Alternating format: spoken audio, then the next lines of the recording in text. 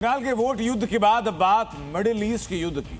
Iran के खिलाफ America और इजराइल के जंगी जुनून ने दुनिया में तीसरे वर्ल्ड वॉर का खतरा पैदा किया था।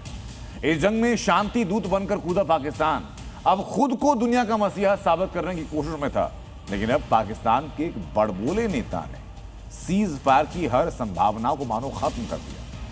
पाकिस्तान के रक्षा मंत्री ख्वाजा आसिफ ने इजराइल के खिलाफ एक ऐसी बात कही जिससे इजराइल नाराज हुआ और पाकिस्तान और इजराइल के बीच में एक नया फ्रंट खुल चुका है। नेतन्याहू की जंगी तेवर ने पाकिस्तानियों का भी दिमाग खराब कर दिया और अब पाकिस्तान की आवाम और जिन्ना लैंड के हुक्मरान सबने इजराइल के खिलाफ वर्ल्ड वॉर छेड़ दिया है।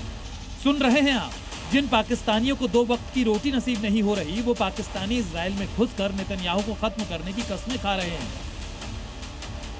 सवाल है कि आखिर इन गरीबों के पास इतना हौसला आया कहां से? तो इसका जवाब है पाकिस्तान के दगे हुए रक्षा मंत्री ख्वाजा आसिफ का ये ट्वीट। ख्वाजा आसिफ के हौसले की इनसाइड स्टोरी भी बताएंगे, लेकिन पहले ख्वाजा साहब के ट्वीट का मजमून देखिए।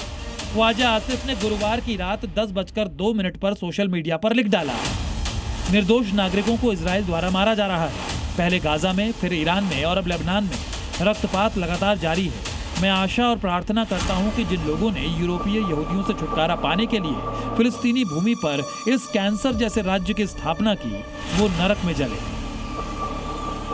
अब इसे ख्वाजा आसिफ का सूखा नशा नहीं कहेंगे तो क्या कहेंगे, क्योंकि जैसे ही ख्वाजा ने इजराइल को कैंसर कहा, बवाल मचा और इजराइल ने पाकिस्तान को मुंहतोड़ जवाब दे दिया। इजराइल के विदेश मंत्री ने पलटवार करते हुए कहा, शांति मध्यस्थता का दावा करने वाली सरकार द्वारा लगाए गए इन खुलेआम यहूदी विरोधी आरोपों को इजराइल बहुत गंभीरता से लेता है। यहूदी राज्य को कैंसर कहना असल में उसके विनाश का आह्वान करना है। इजराइल उन आतंकवादियों से अपनी रक्षा करेगा जो इसे नष्ट करने की कसम खाते हैं।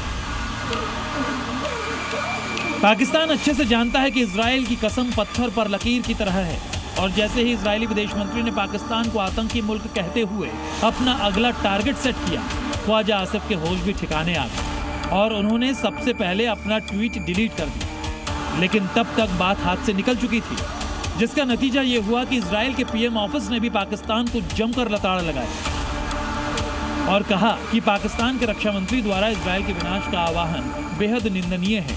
ये ऐसा बयान नहीं है जिसे किसी भी सरकार से बर्दाश्त किया जा सके, विशेषकर उस सरकार से जो खुद को शांति का निष्पक्ष मध्यस्थ होने का दावा करती है।